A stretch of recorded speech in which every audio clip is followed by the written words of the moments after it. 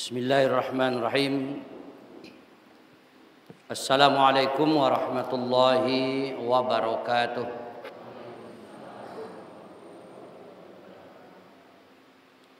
Alhamdulillahilladzi ahyana ba'dama amatana wa ilaihin nusur. Asyhadu an la ilaha illallah wahdahu la syarikalah wa asyhadu anna Muhammadan abduhu wa rasuluh la nabiyya ba'da. Rabbi shrah li sadri wa yassir li amri wahlul 'uqdatam min lisani yafqahu qawli. Subhanaka la ilma lana illa ma 'allamtana innaka antal alimul hakim. Qala Allah Ta'ala fil Qur'anil Karim, a'udzu billahi minasy syaithanir rajim. Bismillahirrahmanirrahim. Innamal mu'minuna ikhwah fa aslihu baina akhawaykum wattaqullaha innallaha alimul hakim. Surakallahul azim. Bapak-bapak dan ibu-ibu jemaah salat subuh yang dirahmati dan dimuliakan Allah. Pertama sekali kita tidak lupa bersyukur kepada Allah Subhanahu wa taala. Pada pagi hari ini kita masih diberikan oleh Allah umur yang panjang, badan yang sehat. Mudah-mudahan segala aktivitas yang kita rencanakan pada siang hari ini diberkahi oleh Allah Subhanahu wa taala, dan apa yang sudah kita laksanakan diberikan keberhasilan oleh Allah Subhanahu wa taala yang akan memberikan keberuntungan hidup kita di dunia, apalagi keberuntungan kita hidup di akhirat kelak. Salawat dan salam buat junjungan kita Nabi besar Muhammad sallallahu alaihi wasallam dengan lafaz Allahumma salli ala sayyidina Muhammad wa ala ali sayyidina Muhammad. Assalamu alayka ayuhan nabi wa rahmatullah wa barakatuh. Baik Bapak Ibu jemaah yang dirahmati dan dimuliakan Allah Subhanahu wa taala, kajian subuh kita pada pagi hari ini masih berkaitan dengan masalah iman dan Islam, yakni masuk kepada hadis yang ke-9. Rasulullah sallallahu alaihi wasallam berkata, an Abdullah bin Umar, dari Abdullah bin Umar radhiyallahu an, anna rajulan sa'ala an-nabiy sallallahu alaihi wasallam ayyul islamu khair, qala tut'imut ta'am wa taqra'us salam ala man arafta wa man lam ta'rif. Hadis juga masih diriwayatkan oleh Imam Al-Bukhari. Dari Abdullah bin Umar radhiyallahu an, semoga Allah memberikan keridhaan daripadanya, bahwa sesungguhnya Rasulullah sallallahu alaihi wasallam ditanya oleh seorang laki-laki. Apa yang ditanyakan oleh laki-laki itu kepada Rasulullah?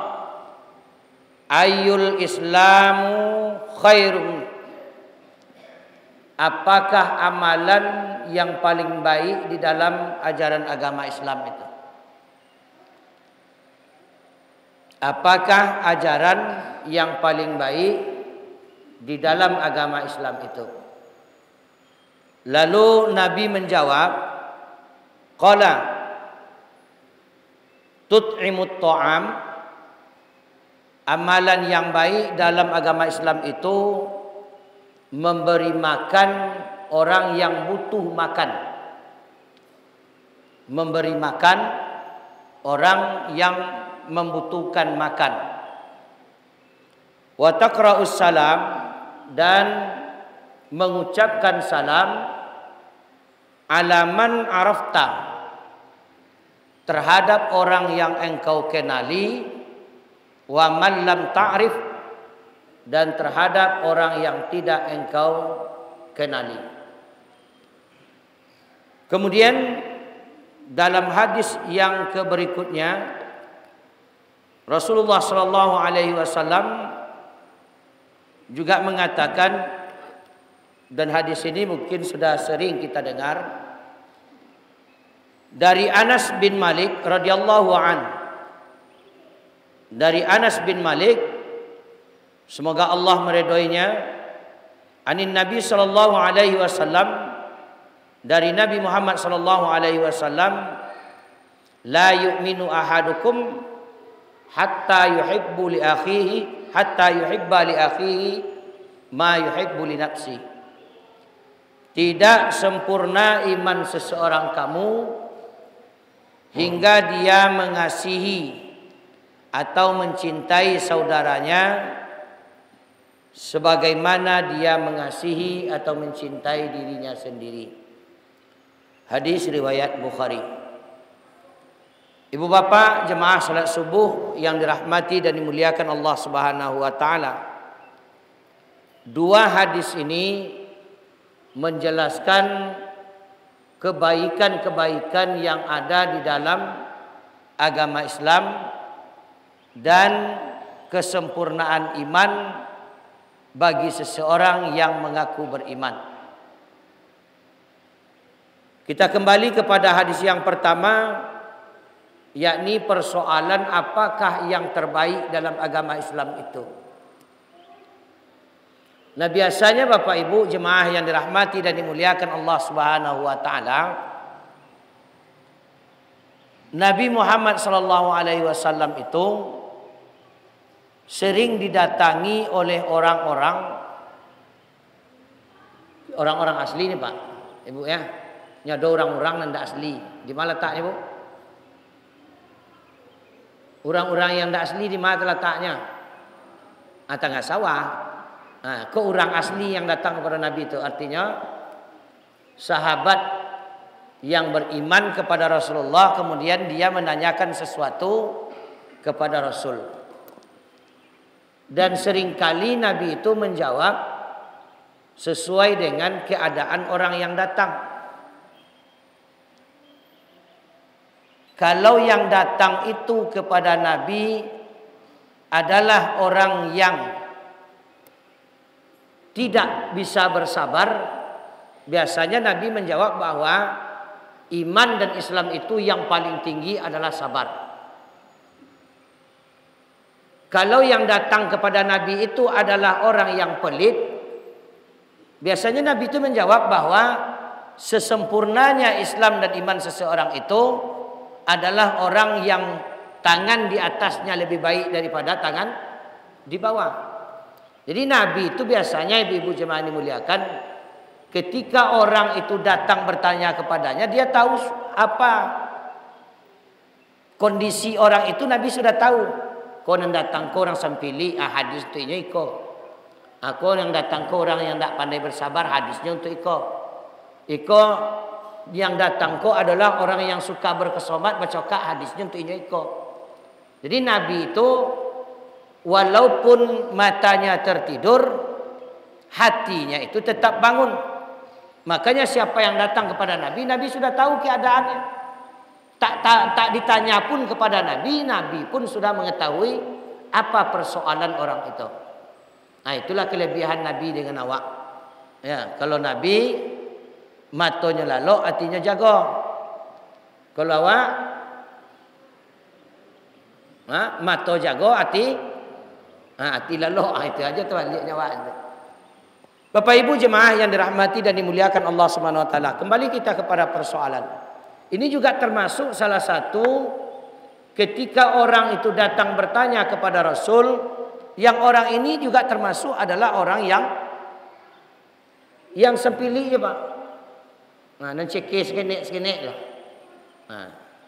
Artinya orang yang tidak mau beragia, orang yang tak mau bersedekah. Nah, apa yang ditanyakan kepada Rasul? Apa yang baik dalam agama Islam itu ya Rasul? Lalu jawaban Nabi apa? Yang baik dalam agama Islam itu memberi makan orang yang membutuhkan makan. Nah, lalu oleh sebahagian ada yang mengartikan bahwa memberi makan orang yang butuh makan itu adalah memberi makan siapapun, ya, bersedekah makanan. Kadang-kadang orang itu tak butuh. Nah, ini harus diperhatikan. Memberi makan orang yang butuh makan. Akan itu bunyi hadisnya begitu, Bu. Kata Rasul, tut'imut ta'am, memberi makan orang yang butuh makan. Yang pertama siapa yang butuh makan dulu, Bu?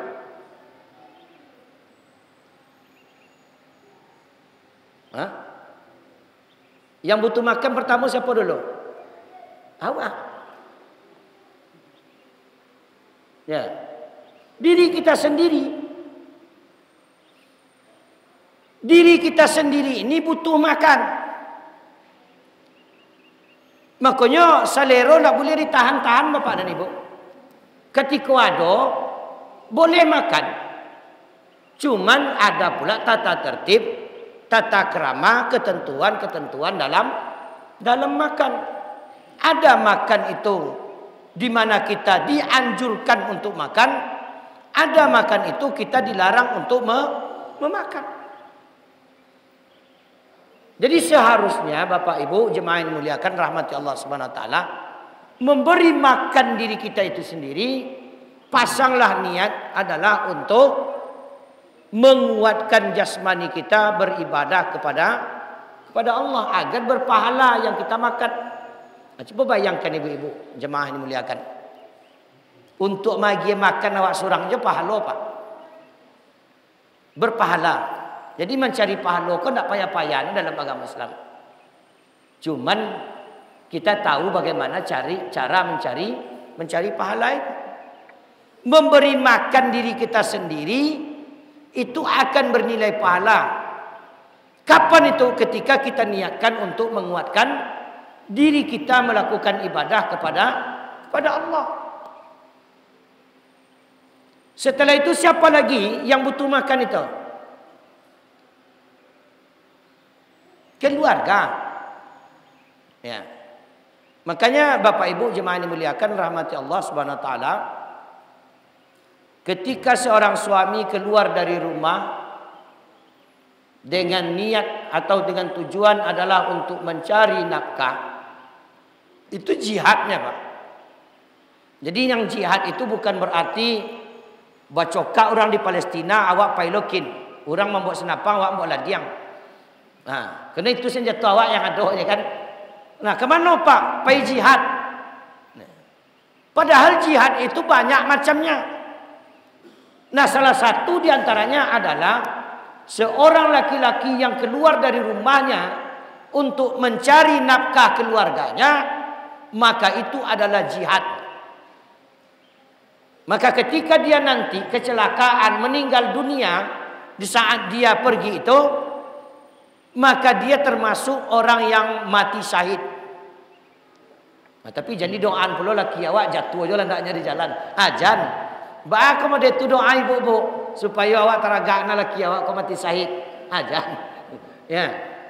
Mati syahid itu Bu, Bapak, Ibu Bapak. Ketika kita meninggal dunia dalam rangka untuk mencari nafkah keluarga. Kan banyak kita tengok itu. Nah, ini contohnya saja. Bekerja di bidang kelistrikan. Ya, contoh kan. Pergi dia untuk mengerjakan pekerjaan, lalu karena mungkin ada persoalan atau kelalaian yang tak disengajanya, kesentrum, mati. Nah, maka matinya itu adalah mati syahid. Cuman syahidnya tergolong kepada syahid sughra. Dia tetap diselenggarakan sebagaimana biasanya orang lain yang meninggal dunia, tapi matinya itu tergolong kepada mati syahid.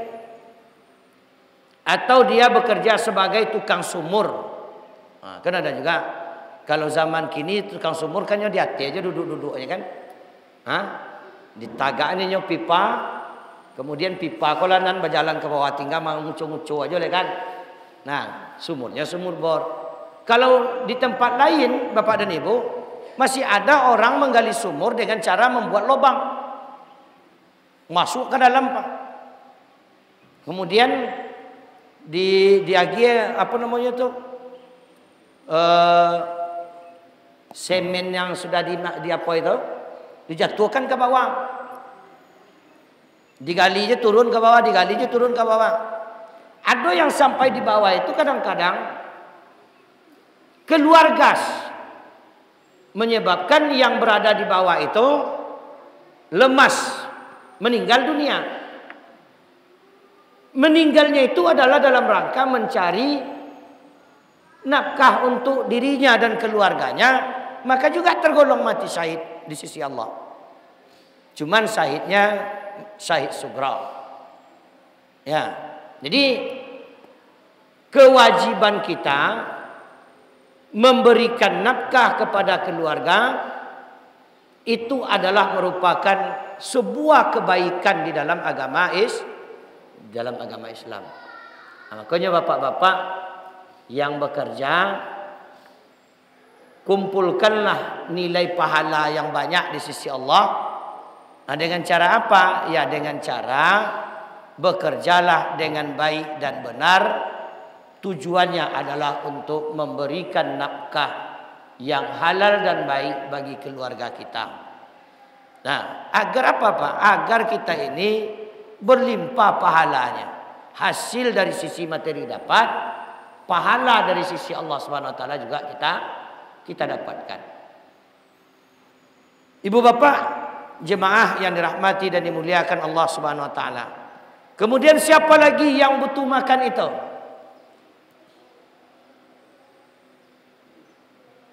Yaitu orang-orang yang berada di sekitar kita, para tetangga-tetangga kita.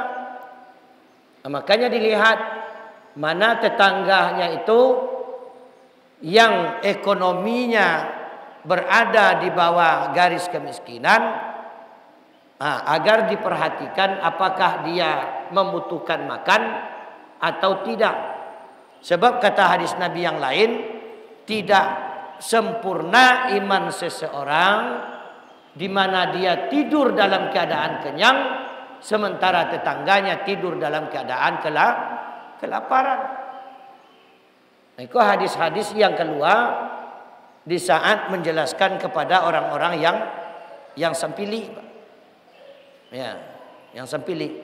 Jadi Nabi mengatakan tidak sempurna iman seseorang di mana dia tidur sementara tetangganya tidur dalam keadaan kelaparan. Nah, makanya berkewajiban kita untuk menengok keadaan tetangga-tetangga kita yang mungkin sangat membutuhkan uluran tangan daripada tetangga-tetangga yang lain.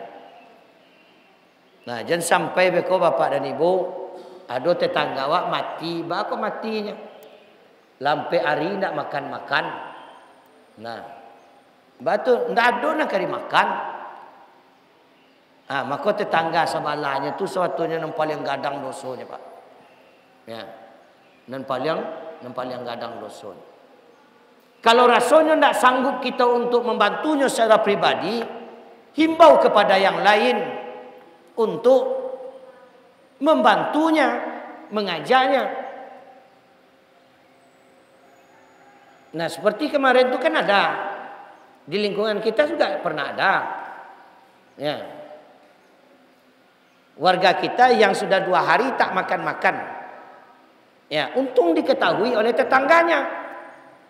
Nah, tetangganya memberitahukan kepada yang lain. Itu gunanya kita bermasyarakat, ya, sehingga kita dapat menginformasikan bahwa ada tetangga-tetangga kita yang sangat membutuhkan bantuan dan pertolongan kita. Nah, jadi memberi makan orang yang membutuhkan makan.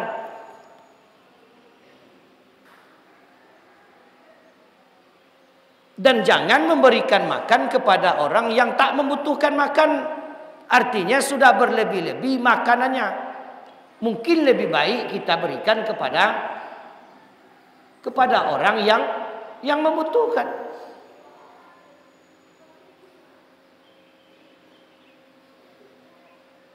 Di Bapak Ibu jemaah yang dirahmati dan dimuliakan Allah Subhanahu wa taala. Ini yang pertama.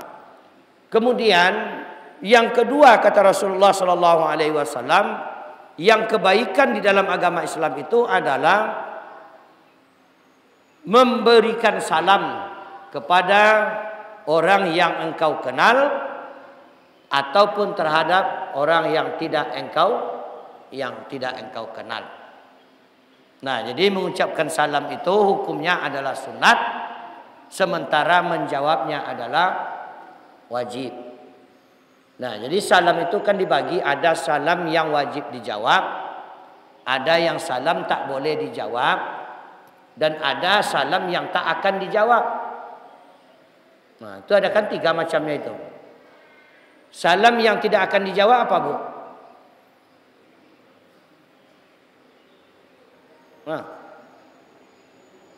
Nah, berarti nampak kode tando bahasa ibu masuk ke pekuburan menyelonong aja. Tahu ibu menyelonong? Tahu Pak? Salam nanda akan dijawab itu adalah salam yang kita sampaikan kepada orang yang sudah berada dalam kuburan. Assalamualaikum ya ahlad diyar. Wa inna insyaallah bikum lahikun. Nah, itu salam kita. Kalau enggak tahu kita berarti nyelonong aja masuk ke dalam. Nah, jadi kepada orang yang meninggal pun kita memberikan salam dan salam itu tak akan dijawab. Kemudian ada yang kedua, salam yang tak boleh dijawab. Bila Pak?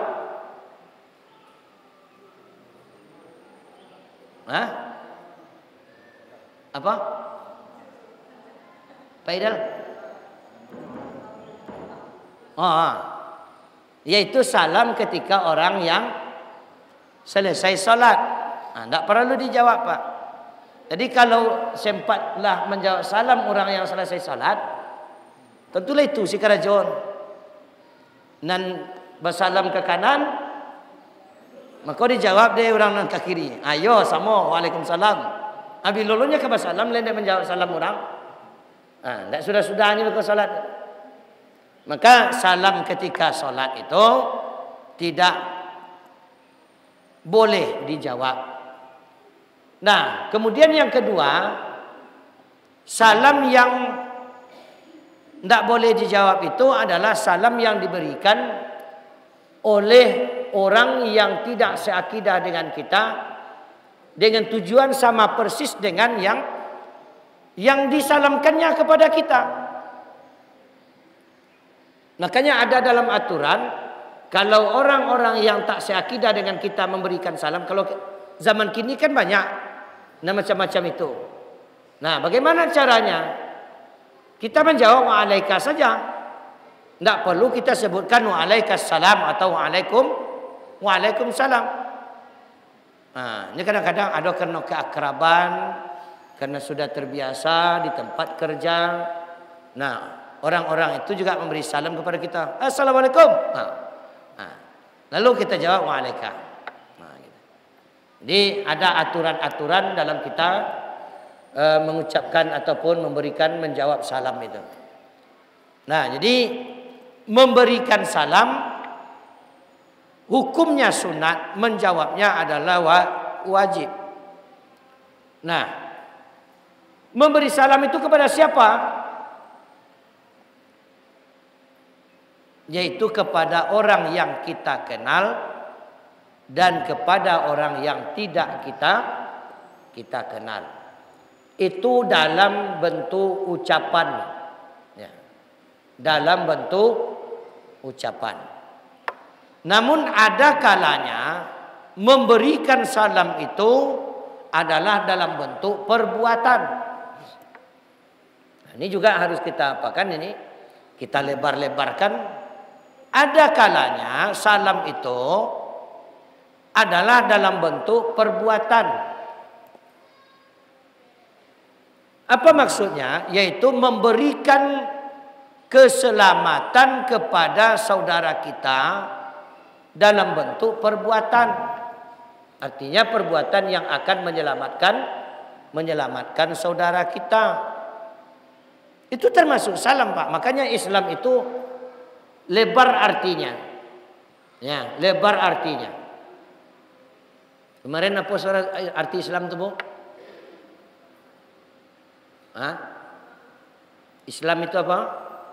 Diambil dari kata aslama yuslimu islaman. Jadi orang Islam itu maka dia akan selamat. Kemudian orang Islam itu akan memberikan keselamatan. Orang Islam itu nanti akan masuk ke dalam surga dengan selamat. Orang Islam itu nanti akan bertemu dengan Zat yang Maha Salam, yakni Allah Subhanahu wa Ta'ala. Akan begitu rangkaian. Maka kita pun di dalam hidup ini jangan hanya sekedar mengucapkan salam. Kalau tiba di salam api-api ada aja nama itu, Bu. Asal basobo aja orang, Assalamualaikum. Assalamualaikum. Oh, Assalamualaikum. Mau dijawab tak dijawab orang, pokok salam tarui. Tapi tak pernah memberikan keselamatan dalam bentuk perbuatan. Ini harus seimbangkan. Memberikan salam dalam ucapan disunatkan, kemudian memberikan salam dalam bentuk perbuatan sangat-sangat dianjurkan. Termasuk salah satunya adalah memberikan keselamatan kepada orang-orang yang ada di sekitar kita tadi. Tetangga kurang makan, wa agiannya makan. Itulah salam awak kayaknya tuh, Pak. Ya, menyelamatkan dia dari kelaparan. Nah, ada orang yang sulit, bahkan mungkin kalau tidak kita selamatkan putus sekolah anaknya, maka kita bantu mereka itu dalam bentuk biaya sekolah, atau kita carikan jalan keluar agar anaknya bisa sekolah. Maka itu juga sudah kita memberikan salam kepadanya atau memberikan keselamatan dalam bentuk perbuatan. Mengucapkan salam iya dianjurkan dalam agama, memberikan salam juga sangat dianjurkan dalam beragama. Makanya keluar hadis Nabi yang kedua dari yang kita bacakan tadi, yaitu la yu'minu ahadukum hatta yuhibbu li akhihi ma yuhibbu li nafsi. Tidak sempurna iman seseorang sampai dia mengasihi saudaranya sebagaimana dia mengasihi dirinya sendiri. Baik ibu-ibu jemaah yang dirahmati dan dimuliakan Allah, untuk pagi ini cukup 2 hadis ini kita sampaikan. Insyaallah pada pertemuan berikutnya, ini mungkin kita sudah masuk Ramadan belum ya? Pas awal Ramadan. Ya, pas awal Ramadan nanti itu kita sudah masuk kepada pasal yang ke-6, yaitu hadis yang ke-10 tentang bagaimana merasakan manisnya iman. Nah, jadi kajian kita ini berlanjut, Pak. Ya, bulan Ramadan juga tetap berlanjut. Ya, jadi insyaallah kalau umur panjang pada kajian berikutnya, yaitu tentang masalah bagaimana merasakan manisnya iman insyaallah. Sebelum kita tutup, ada pertanyaan 1 atau 2? Silakan.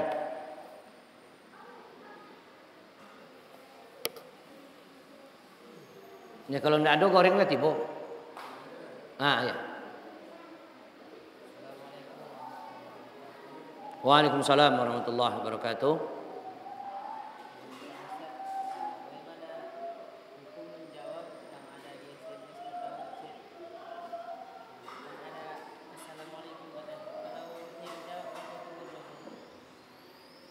Yang ada di WA.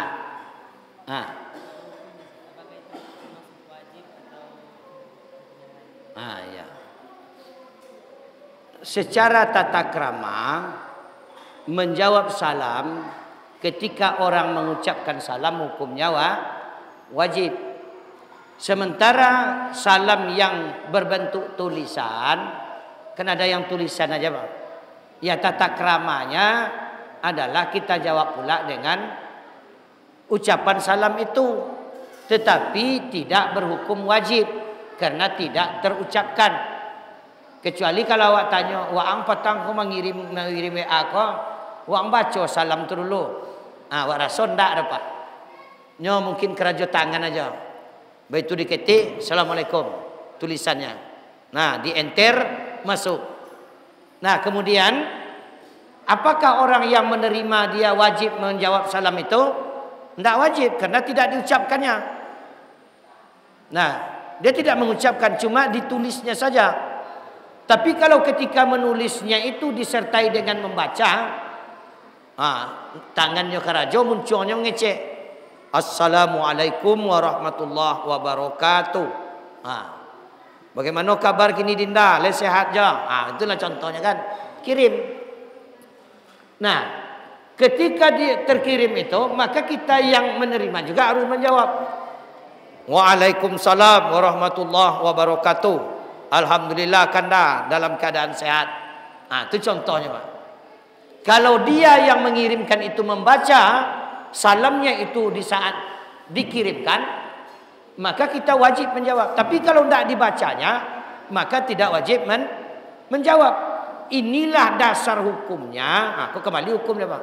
Bu, inilah dasar hukumnya bagi orang yang menceraikan istrinya dengan surat. Ya, kalau seorang laki-laki mengirimkan surat cerai kepada istrinya, begitu selesai ditulis langsung dikirim, maka tidak jatuh talaknya. Walaupun istrinya sudah membaca surat yang dikirimkan oleh suaminya. Kapan jatuhnya? Ketika setelah ditulis oleh suaminya itu, lalu dibacanya. Kuah, danganlah kuah. 1, 2, 3, 1, 2, 3, 1, 2, 3. Itu misalnya contohnya. Setelah dibacanya dikirim. Begitu istrinya menerima, maka itulah baru dianggap jatuh talaknya. Nah, itu sangat banyak itu Bapak dan Ibu. Orang-orang yang berkonsultasi, baik kepada kami pribadi, menanyakan dalam persoalan itu. Baca roh Ustaz. Nah, maka ditengok dahulu. Yang mengirimnya itu pakai baca, dia pakai ndak. Kalau nya baca jatuh, kalau tak nya baca ndak jatuh. Nah, jadi ibu-ibu kalau menerima surat putui atau surat cerai dari laki, jangan langsung meluluang aja. Teleponnya balik.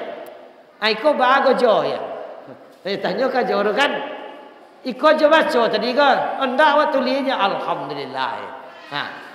Tapi kalau iyalah 2 kali mau baca tu baru mau kirim. Masya Allah ya. Jadi dipreso dulu jangan langsung menangi aja. Kalau dapat surat cerai yang berbentuk tulisan yang ditulis oleh suami awak. Tapi ditanya dulu kepada suami itu nyobaco atau indah. Nah, itu sama dengan salam yang ada di dalam WA, di dalam HP. Nah, kalau yang apa itu dibacanya, maka wajib kita jawab.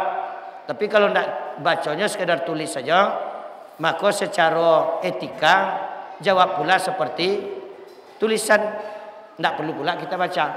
Nah, begitu saja. Ada lain?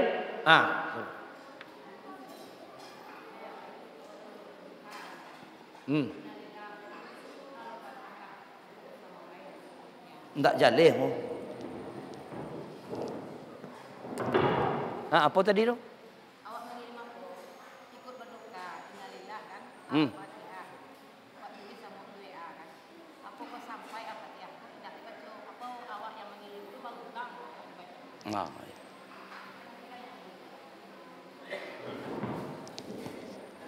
Ya.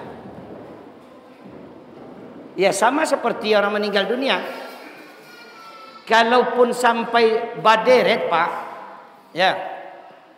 Ada dan sampai 5 atui 9 atui ucapan innalillah dia orang terkenal. Kalau ndak dibaca dia orang tu sama aja indahnya. Lepas nu apa dia menerima turut berduka cita atas meninggalnya, semoga husnul khotimah. Macam-macam lah. Ketika tidak diucapkannya tidak ada artinya, Pak. Ya. Maka kapan baru bergunanya? Ketika itu kita ucapkan. Setelah awak tulis, mudah-mudahan husnul khotimah walahul fatihah. Awak baca. Nah, kiriman tetap keluar sebentuk kiriman. Sementara bacaan kita ada di dalam menuliskan itu. Nah, tapi tak masuk dalam tulisannya, cuma tulisan Al-Fatihahnya aja masuk. Bacaannya di awak, Pak. Wak baca tu sudah wak ketik sebelum wak kirim. Auzubillahi minasyaitonirrajim. Bismillahirrahmanirrahim. Alhamdulillahirabbil alamin arrahmanirrahim. Sampai akhir. Setelah kita baca, kita kirim. Nah, itu baru dianggap sampai. Nah, tapi kalau hanya sekedar diketik, innalillahi wa inna ilaihi raji'un, turut berduka cita, semoga husnul khotimah dan lain-lain sebagainya. Ada kadang-kadang doanya sepanjang tali baru atau ketika tidak dibaca juga tidak ada artinya. Nah, makanya itu biasanya kan kalau BSKM, kalau ada yang meninggalkan BSKM itu buka tuh baratui banyaknya. Nah, itu hanya sekedar etika saja tuh, Bu. Ya. Besok lay perhatian je orang Jawa. Kalau nando ada di situ dah. Enggak ada pen. Ya. Itu. Jadi enggak perlu lah awak berbangga-bangga. Masa banyak ko yang meninggal, awak lah yang paling banyak dapat ucapan selamat mati. Ya. Kalau selamat berbahagia banyak dapat ada. Tapi kalau ucapan selamat mati namanya anda usah lah. Ya. Ibu ya, lah kan? Cukup. Ada cik. Jelaskan aja sekali.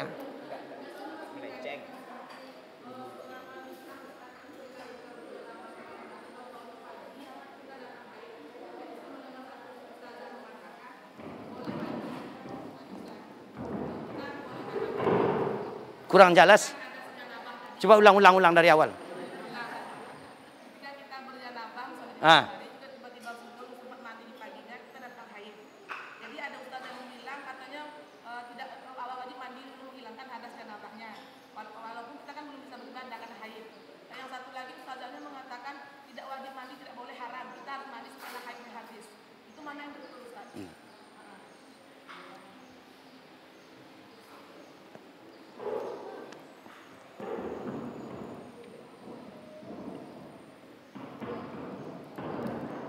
Nah, penyebab janabah. Penyebab janabah itu Bapak dan Ibu, atau penyebab datangnya hadas besar, penyebab datangnya mandi wajib itu kan ada beberapa hal. Ya, ada yang dikarenakan oleh hubungan suami istri, ada yang dikarenakan oleh haid, ada yang dikarenakan oleh nifas, ada yang dikarenakan oleh beranak, dan ada yang dikarenakan oleh mati. Nah, jadi itu penyebab mandi wajib atau wajib mandi. Nah, ketika seseorang sudah jenabah kena hubungan suami istri, maka setelah itu belum sempat mandi janabah, datang pula oleh penyebab syiah lain. Nah, itu dalam bentuk haid. Ini contohnya. Maka Bapak Ibu, untuk menghilangkan hadas janabah, kita mandi dulu. Nah, karena seseorang yang tidak mandi karena janabah hubungan suami istri, itu perlu kita berhati-hati. Setiap pasir yang diinjaknya itu menyumpainya, agar orang ini cepatlah mati mendapat kesialan. Itu di dalam kitab Aspuriyah nama kitabnya. Kami pernah belajar dahulu di kelas 5 di pondok. Di situ dijelaskan bahwa orang yang sedang berhadas, ya, berhadas hubungan suami istri, lalu dia tidak mandi, ya, tidak ada niatnya untuk mandi, tidak menyegerakan mandi, lalunya jalan-jalan pergi ke pasarnya dulu, nah, sempat lonya pergi rajo ke kantor kayak dulu, nah, ditunda-tunda aja. Nah, ingat, setiap pasir yang diinjaknya itu Berdoa dia kepada Allah Subhanahu Wa Taala, ya Allah, matikanlah orang ini dalam keadaan sial. Doa pasir zaman doanya Pak. Kenapa sampai berdoa seperti itu? Begitulah beratnya dosa bagi orang yang menunda-nunda mandi janabah. Nah, lalu awak kan lalu mandi janabah, kok tiba penyebab hadas besar datang cik lain. Bagi orang yang haid, ketika dia tidak mandi itu tidak jadi persoalan Pak. Makanya orang haid boleh sadonya pergi ke pasar. Kan boleh pergi ke pasar orang haid? Boleh ya. Tapi orang jenabah kena hubungan suami istri, jangan ke pasar lo leh. Kan nampak bedanya tu. Jangan pergi ke pasar lo, jangan pergi ke kantor lo dulu, jangan pergi ngamik-ngamik lo ke belanja apa nama lo, berjalan-jalan lo dulu. Tapi mandi dulu. Nah, sementara orang haid dia tak mesti mandi dulu sebelum berhenti haidnya. Maka orang haid boleh dia ke pasar, boleh dia berkunjung ke rumah teman, boleh nyopai pulang kampung, bisa lo nyopai mencari ikan kayak. Nah, nanti baru mandinya setelah selesai haid.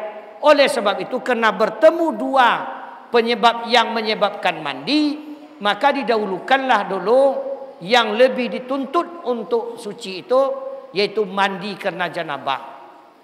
Jadi kita mandi dahulu mensucikan dari hadas besar dikarenakan janabah. Besok setelah selesai haid mandilah balik. Di mana mandi untuk suci dari haid. Nah, jadi itu biasa saja, semua pendapat itu boleh kita terima sebagai perbendaharaan. Jadi Ustazah Aiko mengatakan jangan mandi dulu leh, tunggu haid selesai baru mandi. Nah, itu pendapatnya mungkin ada dalilnya, mungkin ada dasarnya. Nah, pendapat yang paling kuat yang pernah saya pelajari yaitu mandi dulu. Dari hadas jenabah hubungan suami istri, nanti selesai haid mandi lagi. Karena itu adalah dua penyebab. Dua penyebab yang berbeda datangnya hadas besar. Iko bagi bapak ibu, kalau bagi ibu-ibu nak datang lah jalan tu. Bagi bapak-bapak yang bininya nak tiba, jalan mereka. Nampak ya? Jangan mereka salah lah Pak. Lah tahu apa nak lo Pak jalan tiba di rumah ada ke bini. Tak tahu bini apa besok. Berdosa apa dari berdosa tu. Ambolah selesai. Ya baik. Makanya sekali-sekali boleh bini tu pergi sembahyang subuh minggu ke. Dia bertambah lo apanya Pak. Jangan awak kawak je. Goreng awak dapat. Bubur campadi awak jangan dapat. Ilmu awak jangan dapat. Abonya keduanya. Ya, awak dapatnya dapat. Awak dapat kacang padinya dapat lo kacang padi suak. Dan lain sebagainya. Itu intermezzo aja Pak. Baik. Saya rasa untuk pagi ini kita cukupkan 3 pertanyaan. Dan diharapkan besok-besoknya banyak-banyak pertanyaan tak jawab orang. Ya, sehingga kaji kita hanya sepintas lalu, pertanyaan aja yang banyak. Itu akan lebih bagus. Terima kasih. Wassalamualaikum warahmatullahi wabarakatuh.